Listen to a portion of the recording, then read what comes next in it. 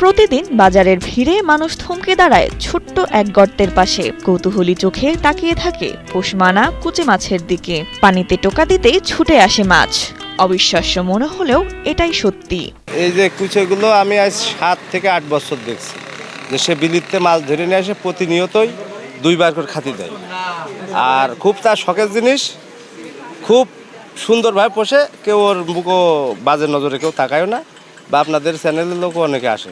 ওই যে পানিতে টোকা দেয়, 3 বার করে টোকা দিলেই ওনার সংকেত পালিয়ে চলে আসে, উনি রাখলেই বেশি আসে আর কি। ঝিনাইদহের জামতলা বাজারে চায়ের দোকানদার ইসমাইল আলী নিজের শখের বশে 5 বছর ধরে লালন করে আসছেন এই মাছগুলো। মাছ ধরতে গিয়ে ফাঁদে ধরা পড়া কয়েকটি কুচে মাছ থেকেই শুরু হয়েছিল তার অদ্ভুত এ যাত্রা।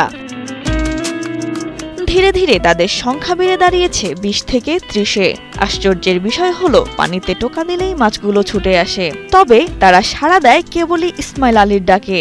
এটা আমরা টোকা দিলে আসে না, এবং আমাকে দেখলে ওই টোকা পালিয়ে আরো চলে যায়।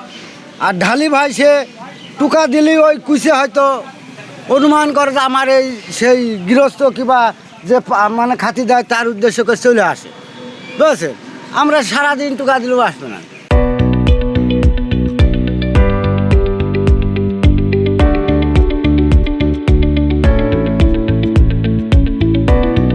এখানে কুচে মাছ প্রতিদিন দাদা এসে টোকা দেয়, চলে আসে, ছোটো ছোটো মাছ খাওয়াই।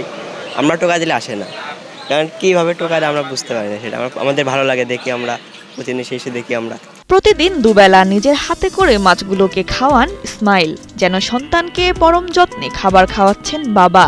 এ যেন মানুষ ও প্রাণীর বিরল এক ভালোবাসার গল্প। আমি মাঠে মাছ মারার জন্য রাবানি পাতলি পরে এই 5-6টা কুচের বাচ্চা একদিন এই রাবানির ভিতরে পড়লো তো আমি মনে করলাম যে আমার এই কলের গুঁড়া এখানে নিয়ে যেয়ে আমি ওর ছাড়িয়ে দিয়ে দেখবো যে পোষা যায় নাকি। তো ছাড়িয়ে দিয়ে পরের দিন আবার কয়টা পড়লো, এইভাবে 30-40টা কুচের বাচ্চা আমি এখানে আইনে দিয়ে ছাড়িয়ে দিয়ে, তো মনে করলাম যে দেখা যায় একদিনে ডাকলে আসে নাকি অভ্যাস করার জন্যে।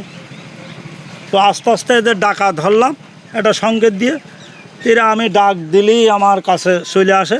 এবং আমি প্রতিদিন এদের মাছ হাতে করে 2 বার প্রত্যেক দিন খাওয়াই, এবং ডাক দিলে এরা আমার কাছে প্রতিদিন 2 বার আসে। মানে সারাদিন আমি এখন যখনই ডাক দেবো তখনই এরা আমার কাছে চলে আসে।